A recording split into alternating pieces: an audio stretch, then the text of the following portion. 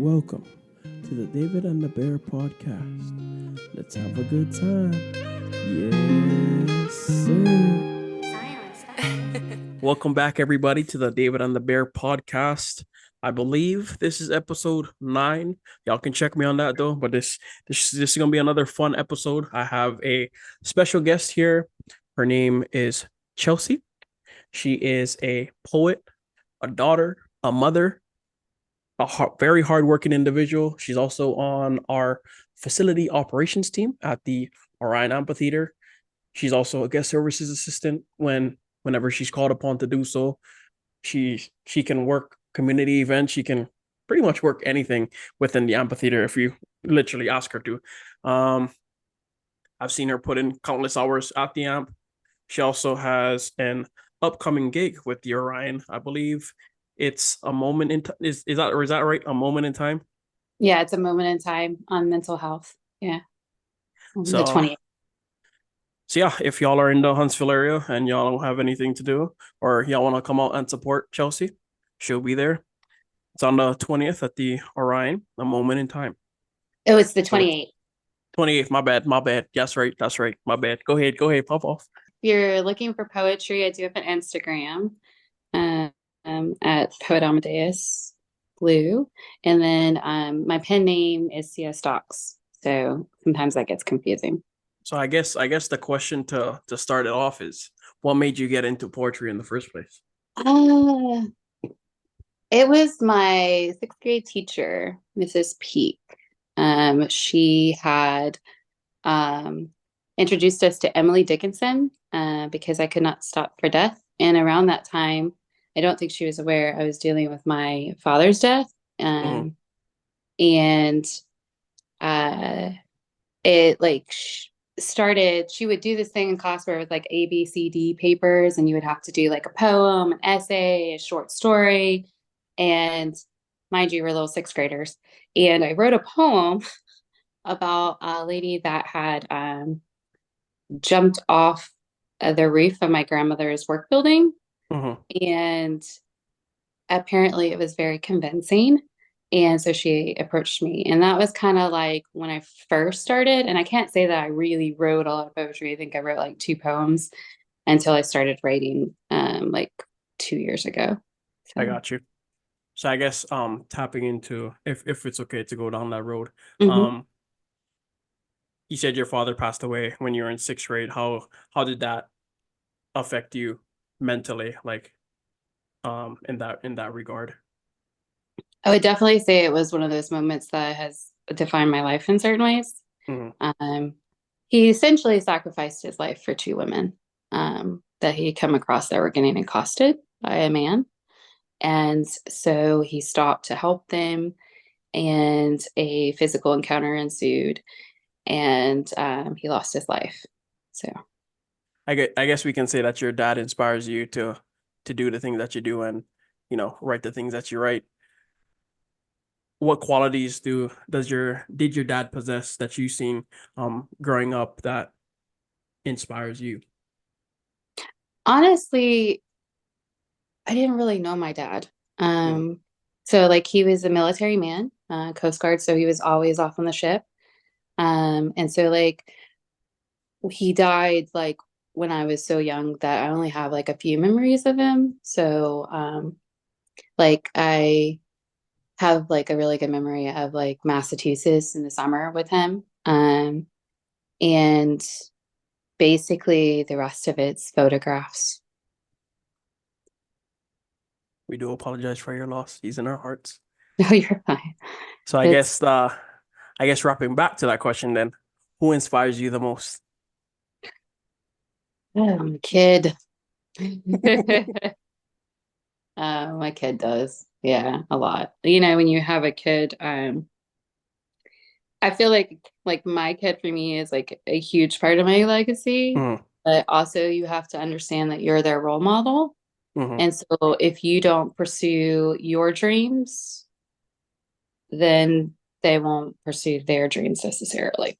I like that. So if he could go back in time and,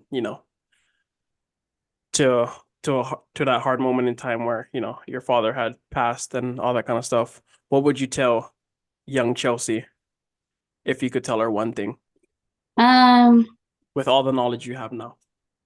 that like you'll have traumatic moments in your life, and I feel like maybe you only have one or maybe you have multiple, but um I think those traumatic moments can bring you together with people Hmm. that are like suffering the same. Um, and even though it hurts and like sometimes it'll resurface and there'll be like scars from it, there's still beauty in life. Like you're still gonna have those moments that make you smile, that make you laugh. And maybe at first you might feel guilty about it. But like the whole point is that we're here in this moment and this time, and that's like the one guarantee you have. So like it's okay to mourn. You can't let that define your life. Mm. Outside of your dad, what do you think is one of the biggest challenges you had in your life? Um, realizing I'm more like my mother than I wanted to admit. If we're really gonna go there. Um, my mom, um, she was a young mother, and I definitely wasn't. Like I was a young mother, but not like to the extent of my mother. She was like 17 when she had me. Hmm. So she was, not done growing. Um, and she made some really poor decisions, especially with the men that were brought into our life. And it's taken me a long time to kind of understand her and why we were in those situations. Um, and I really think that I probably wouldn't have reached that understanding if I hadn't ended up in the same situation. Mm. So through all of that, what do you think is the most important lesson you've learned so far in your fruitful life? That there's always hope, and you can always get out of a situation. Hmm. And maybe it doesn't necessarily happen at the pace that you would want, or maybe like, it takes years. In my case, it took years. But it's once you get out of that situation, and there's like a good amount of time, like I would say like 6 months to a year, because like Hmm. you're mentally broken, physically broken, you have no self-worth. Hmm. Um, to like build yourself back up to that place where you can say, oh, I deserve better. And I think essentially what I learned out of the whole thing is that no matter what, peace is the most important thing. And if somebody doesn't bring you peace and they make you cry more than they make you Cut smile, them out your life. Cut them out your life. they need to go. Yeah. Yeah. And I mean, like, and a lot, like, and I don't talk about this in my kid, but like in my situation, like, it's my daughter's father. So I have to deal with him for the rest of my life. Hmm. But it doesn't mean that I have to let him have power over me. Amen. Amen. So flipping to a more positive note, what are you proudest of in your life? Definitely my kid. Okay. What does your kid do that makes you so proud of her? She is like the most kindest person, and good-hearted that I've ever met. Like, I really do think she's like my legacy. Like, is like she's just so good. Um, like if somebody says something that's not nice to her or bullies her at school, like she will not attack back. Hmm. Like she doesn't want to hurt somebody, even if they hurt her. And as much as I try to get her to stand up for herself, I admire the moral and the ethics that she carries within herself. Because I don't know if I would have been that good, but You know, we beefing with everybody 100%. So, Oh. I guess speaking to your kid and also speaking to you, um, what qualities would you want your kid and also that you look for in a friend? I And actually what wrote that down. qualities do you think are important to look for either your kid or Uh, for yourself? Loyalty, support. And I also think that person has to be able to feel that they can be honest with you. Because Mm. like we're not always going to make the best choices. You know what I mean? Like, um, if like your friend is into somebody that you clearly know is not good for them, Mm. like you need to let them know. Or if they're acting a certain way that, like they should be able to be comfortable with enough, like you enough to come and say, hey, you know, I just like have that conversation with you, even if it might hurt you, Mm. but to have it with you because somebody needs to have that comfort level with you that they can step in and help you. Like if I didn't have people like that, I would have never got out of that bad situation if I didn't have Mm. both sides of my family saying, hey, like we'll get you out. Like you need to leave. Yeah. So I think we know the answer to this one, but I guess outside of your kid, what gives your life meaning? Oh, a lot of things. Um, Obviously writing. Mm. Um, Poetry is like my soul animal, I guess.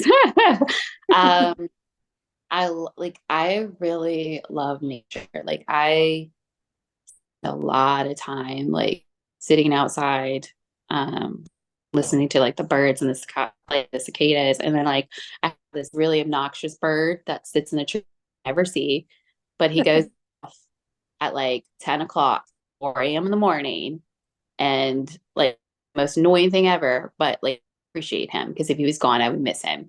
Um, so like it's little things. I think like a lot of times we forget how beautiful this world is. Mm. And I have found that when I'm in my saddest moments, I will sit outside and listen to like nature and look at the stars and look at how the light plays on the grass or like the little tiny grasshopper that's like smaller than my fingernail that's on the paper, hopping along. And like it makes you realize that there is so much more to this world than just your problems. Mm. And for that moment, you can sit there and appreciate like everything that's around you that you often don't notice. I like that. The poet is speaking right now. Y'all better be listening. So I guess going back to you and you interpersonally, do you feel like you've truly accepted and embraced who you are at your core?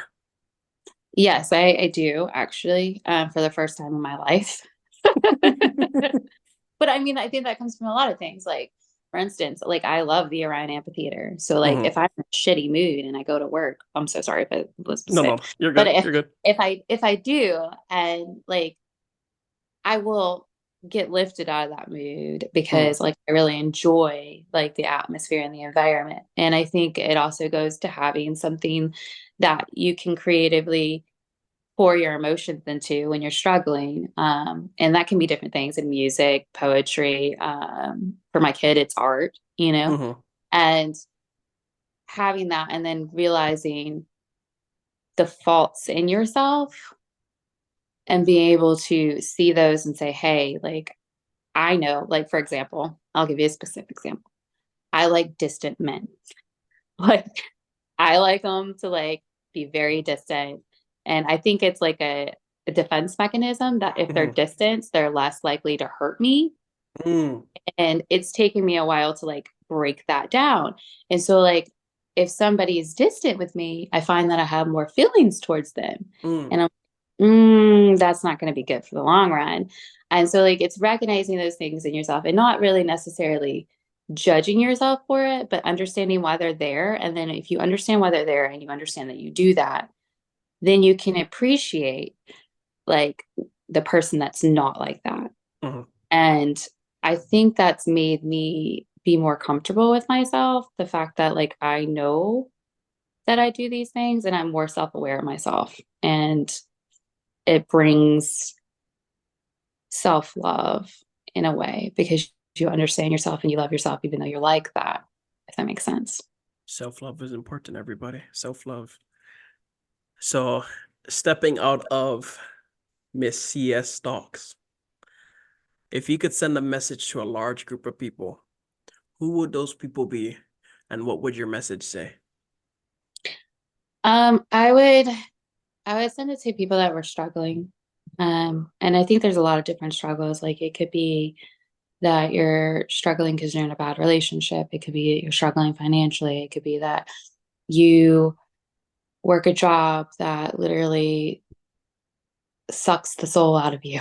Mhm. Like, you know, um, and I think like what it comes down to in a lot of ways, more the latter, is finding something that gives you joy and gives you purpose. Mhm.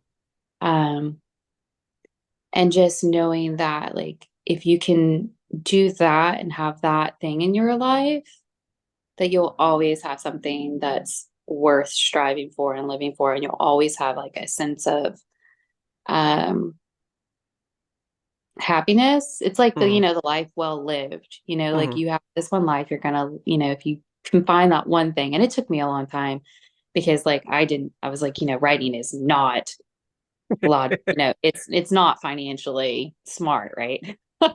But it brings me so much intrinsic joy that money could never bring me. Mhm. So I So got I find got that. about so I got about two more questions before I open the floor back up to you, and then hit you with the closing question. Um, I ask everybody this question because it's an interesting question and it's a fun one too. What's your theme song and why? Gosh, I had to think about this one because I love all music. Like, So okay, uh, I can do like how I did with Alex Hendricks. I can give you three different scenarios, and then you gotta give me the song that you would choose in each scenario. okay, Okay. let's go. So first scenario is it's super bad day. Like it's storming, it's raining, your kid is running a fever, you have a flat tire. You also have to be at the amp by like 2:30. Theme song. Uh, And by the um, way, you haven't had coffee and you're running off of like three granola bars and it's like 12 o'clock in the afternoon. okay, so I actually shouted out a musician today. And uh his name's Steven, but he has started the Hashtones and Mm, he makes like reggae rock music, hmm. but he used to do music for the Step Beats. I don't think Yeah, I've you heard of probably them. never heard of them. They're small. But I absolutely like I can't pick up a specific song in that, but like Mm, those songs like give me joy. And I don't know if it's the reggae rhythm and it's like the hmm, old 90s, like 2000 songs. One is like Sex and Candy, but it hmm, sounds it like you know the song, but you don't realize what the song is. So I would say that hmm. one. Those would be like my lift me up songs. Okay. Scenario number two. It's a midday. So like your your kid woke up on the right side of her bed. She's having a great day. There's no hole in your tire or whatnot, but it's just like kind of like uh you have to put gas in before you come to work. That minor inconvenience. You haven't had coffee yet, but you don't have to come into work till like 4 o'clock in the afternoon. Theme song. Ugh. It's a midday, so it's like it could be okay, it could be great, could be bad. Mm, hmm, hmm. Probably funk up my life. Mm, I don't know if I said that right, actually, the song title, but it's like it's a Paolo Nutini song, and it's just like a lot of fun, Hmm. if that makes sense. And it just so yeah, I guess that I don't know where I'm coming up with all these fun songs because I'm a sad music lover. I love sad music, but I'm like, I do not need to listen to sad music when I'm Okay. yeah. And then the last scenario is it is it's a show day. Your kid was taken care of. She's having the best day of her life. You've had 3 cups of coffee to start off your day. Nobody's mad at you. You're doing things around the facility per usual, and everything is just fabulous. Theme song. Cake go in the distance. I mean, it's a perfect amphitheater song. I mean, it's it's perfect. Like that's it's just you're like pumped up, but it's also got like killer lyrics, you know. I don't know. So yeah, it would be Cake go in the distance. So yeah, I better look up all those songs. Okay, I want like a full page report on my next comment section about those songs. Oh man, Um, Cake's the best. so last question before I open up the floor to you. Um, think back to a time that you felt transformed. How did you change and why? I feel like there's like a theme to this, but definitely like motherhood. Mm. Like it completely changes your life. So is it doing a weird thing? No, no, you're good. Okay. Um it so like when you have a kid, it's literally like your heart Mm-hmm. walking around in the world. Mm-hmm. Like it's not in your chest anymore. It's like grew legs and arms and has um and so like it changes you because like for once it's not about just you. Mm. It's about you caring for a person. I know I often like wonder if I'm messing her up, you know? Um, and so like everything is you want them to have like the best life, but you also want them to like also be well-rounded individuals that can care for Mm. themselves. And like if you weren't here, you know, because you don't you don't want to take care of a kid when you're like 70 and they're like, you know, like 50. Like, come on, guys. You know, so like I would say it does more for you because like for once in your life it's you can't do the things that like you could have done before. Like Mm-hmm. and but at the same time, it's not like you resent it because you love this person so much and so unconditionally that whatever the sacrifice is, you'll make it for them. Mm-hmm. So I would say that's the most transforming experience that I've had in my life. I like that. So we're gonna open up the floor to you. Before I ask the closing question to pose any questions to me or the listeners of the David and the Bear podcast. Oh my goodness. You didn't prepare me for this. Goodness gracious. Well, what inspired you to do this? Because like this seems like this is your art and that and photography. Mhm. Um, Honestly, just getting people's stories out there, to be honest. It's a lot of times like we hear the saying of like, oh, I don't know if you can relate to me, or like I don't know, I'm not gonna say anything because like I don't want to be a burden to somebody else and all that kind of stuff. And like um actually now that I think about it, um the so I used to go to the Boys and Girls Club, the Boys Mhm. and Girls Club, and I participate. I can't even English right now. I participated in their Youth of the Year program, and a lot of the, I mean, like, granted, it was like, what has the club done for you, and all that kind of stuff, but it really just opened up our or my mind to like this is your story. And that was the main thing. Like there, I'm like granted there was like placement and like people got prizes for where they place and all that kind of stuff. But Mhm.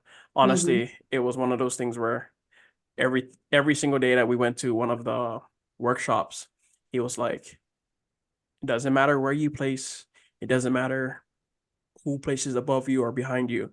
matters about you getting your story out there. And I think that's kind of what, now that I'm thinking about it, that's kind of where I went with it, was because I was given the opportunity to share my story. And I was given the opportunity to let people know, hey, this is who I am. And you can like it or not, you can accept it or not.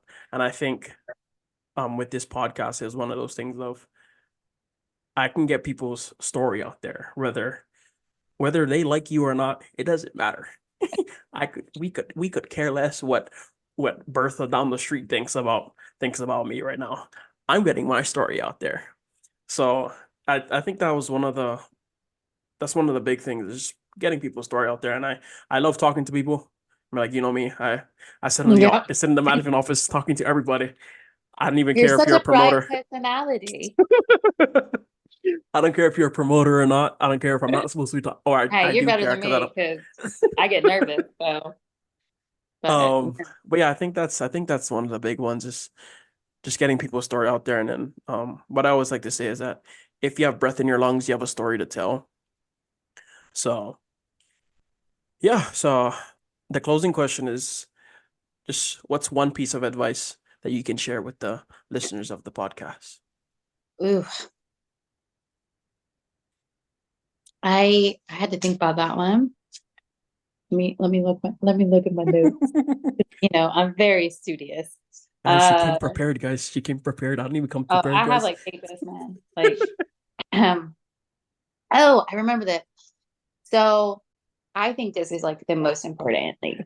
Oof, sorry, I lost you on that. Most important piece of advice that like, and it wasn't even anything that anybody told me, but I had this best friend, Mhm. and he would get headaches, and he would just act like it was nothing. And then a year and a half, 2 years into like our relationship, um, I got a call, thank God, from HR, Mhm. um, that he passed away, and they Oh. wanted to let me know before I found out on Facebook because somebody had said something on Facebook. Um, but basically, he had a brain tumor that he just didn't know about, and he was like the brightest individual that I've ever known. Um, and he just did like just brought joy to people. And the one thing that I regret, and I have wrote poems about this, is that I never told him I loved him. Mhm. And like that, like for a while, it really haunted me that I never told him that I loved him, you know? Mhm. And so now I make a habit to tell the people that I love them. Like I probably tell my daughter like 10 times a day I love her, Mhm. like it's just like you do not know when your time is up. You don't know when their time is up. And I think at the end of the day, like the best thing you can do is tell somebody how much you love them and what they mean to you. I like that. I like that. I think we can do the snaps, right? Snaps for that. Snaps for that. Yes, Yes, yes. yes. So I guess with that, I'd like to thank you, Chelsea, for coming onto the podcast with us. We did great on time, you know. Um, and what is your Instagram, if you want to drop that again? Okay. It's Poet, PoetAmadEusBlue. Poets made blue, right? Amadeus Blue. It's a musical reference. I don't even know what that means. Um, but yeah, so yeah, I I'll love I'll plug classical music. So I'll plug her Instagram. I'll plug her Instagram in on the podcast, guys. So yeah, if y'all want to drop by, and she does have a lot of her poetry on her Instagram. Do you have a website too? I am working on that. I'm taking marketing research for writers right now. And Mhm. so I got to do all that, but I am doing that. I'm also working on a chapbook, but it's it's not for the faint of heart. It's difficult for me to even like organize and write it. Um, and like I have a good portion, like probably about maybe 100, somewhere Mhm. around there. on Instagram, but like I have those are like my more experimental ones, and then hopefully one day I'll start getting my others out. But I also do open mics at Huntsville, Out Loud HSV. They Mhm. do the Speakeasy open mic every third Sunday of the month. Um, so I read stuff there that's not on my Instagram usually. And then I'm also have like 3 poems that are published in their anthology for 2023. So Got you. So yeah, guys, check her out on Instagram. Like I said, she's an amazing person. oh, You've you're if a you baby. follow, I don't know what you're I talking I about. I try my best. I try my best. If y'all follow the Orion Amphitheaters Instagram page, y'all have seen her face. So don't be afraid to say hi. She doesn't bite, at least not unless she gets bitten first, gotta fight back. Yeah, But yeah, but yeah, other than that, I think that about wraps our segment up. If you are sitting next to somebody and listening to the podcast, be sure to tell them that you love them, and we'll catch you on the next one. Thank you for thank tuning in you. to the David and the Bear podcast. Thank you so much. Stay tuned for a special reading from Miss C.S. Stocks. Thank you for listening to the David and the Bear podcast, where every story ends in victory. Yes, sir.